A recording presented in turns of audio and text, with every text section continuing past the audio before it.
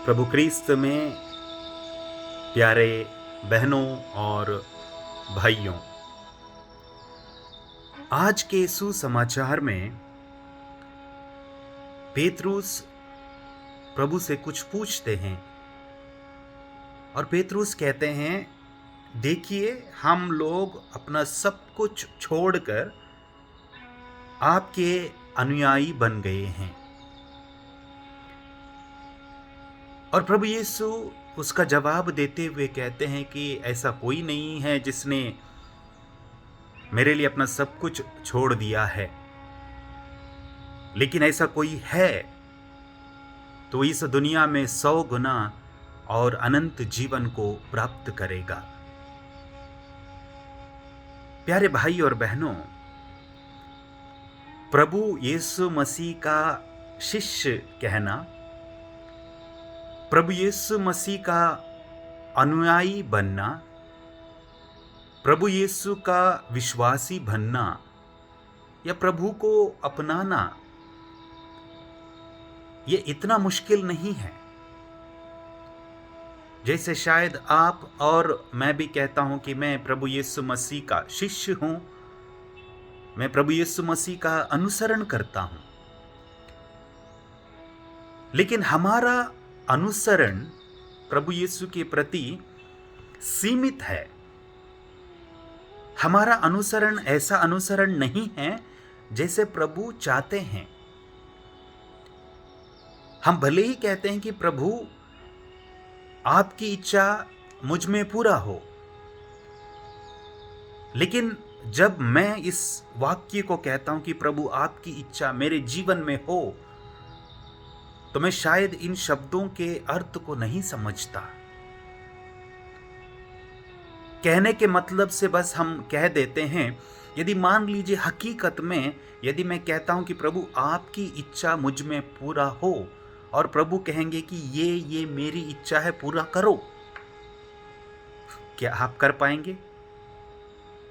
क्या मैं कर पाऊंगा? नहीं प्यारे भाई और बहनों, हम कहते हैं लेकिन इच्छा तो हम अपनी ही पूरी करते हैं। इसीलिए मैंने कहा प्रभु का अनुसरण करना, प्रभु का शिष्य कहलाना आसान है, लेकिन प्रभु जैसे बनना, प्रभु जैसे आत्मसमर्पण करना, प्रभु जैसे अपने आप को विनम्र बनाना बहुत मुश्किल है और कुछ लोगों के लिए नामुमकिन है, क्योंकि हम अपनी इच्छा को सर्वोपरि मानते हैं। जब तक हम अपनी इच्छा को अलग नहीं रखते हैं, तब तक हम प्रभु के करीब नहीं जा सकते, प्रभु को अपना नहीं सकते, प्रभु को अपने अंदर उतार नहीं सकते हैं। प्रभु जब हमारे प्रभु का सर्वस्व, प्रभु का पूरा जो सुसमाचार की जो वैल्यूज हैं, उसे यदि हमें उतारना है तो हमें अपने आप को प्रभु के अधीन बनाना है। प्रभु यीशु के जीवन से हम 3 बातों को यदि सीखेंगे, 3 बातें। सबसे पहले है, प्रभु क्रिस्त ने अपने आप को दीन बना दिया, अपने आप को पूर्ण रूप से खाली किया। वो ईश्वर होते हुए भी एक दास का मनोभाव लेकर आए और दास बनकर आए जिए। इसलिए प्रभु ने कहा, मैं अपनी सेवा कराने नहीं बल्कि सेवा करने आया हूं, मैं आप सभी का सेवक बनने आया हूं। और प्रभु ने वही कर दिखाया। हम में से कितने लोग दूसरों की सेवा करना चाहते हैं? हम ऑर्डर्स देते हैं, हम आदेश देते हैं, ये करो वो करो।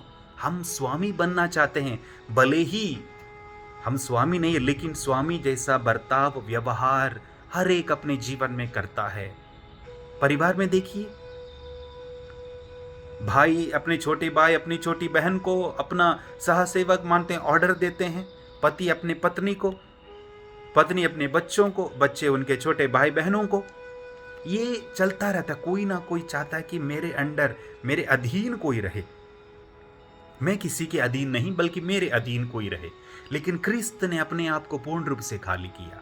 तो हमें भी यदि हम क्रिस्त को अपनाना चाहते हैं, प्रभु को अपनाना चाहते हैं, तो प्रभु के मनोभाव को भी अपनाना है, जो कि प्रभु ने अपने आप को दीन बना दिया।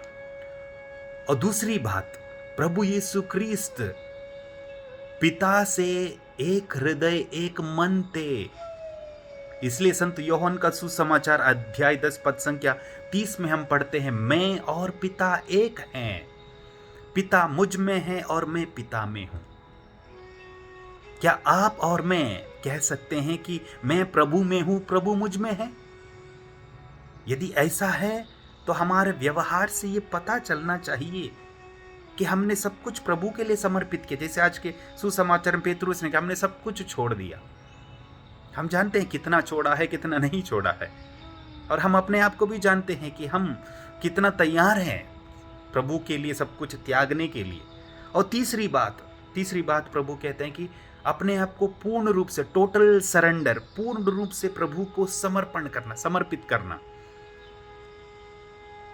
Thy will be done, आपकी इच्छा मुझ में पूरी हो, यानी कि पूर्ण रूप से समर्पण करना। प्यारे भाई और बहनों, यदि इन 3 बातों को यदि हम गंभीरता से लेंगे, इस पर मनन चिंतन करेंगे, सबसे पहले अपने आप को दीन बनाना प्रभु जैसे, दूसरा प्रभु यीशु जैसे पिता के साथ एक हृदय एक मन होना, और तीसरी बात समर्पण करना। प्यारे भाई और बहनों, हम समर्पण करें। शायद जब पेतरुस ने कहा था कि हमने सब कुछ छोड़ा है, तो शायद उसके मन में यही था होगा, हमें क्या मिलेगा? हमने इतना सब कुछ छोड़ा, अपने बच्चों को, परिवार को, धन दौलत संपत्ति सब कुछ छोड़ के प्रभु आपके अनुसरण किया, हमें क्या मिलेगा? उसका मन में यही था होगा, क्या मिलेगा? प्यारे भाई और बहनों, हमारा व्यवहार भी, हमारी सोच भी पेतरुस के समान है। हम यही सोचते हैं कि क्या मिलेगा, लेकिन जो हमें ऑलरेडी पहले ही मिला है उसको कोई नहीं देखते हैं।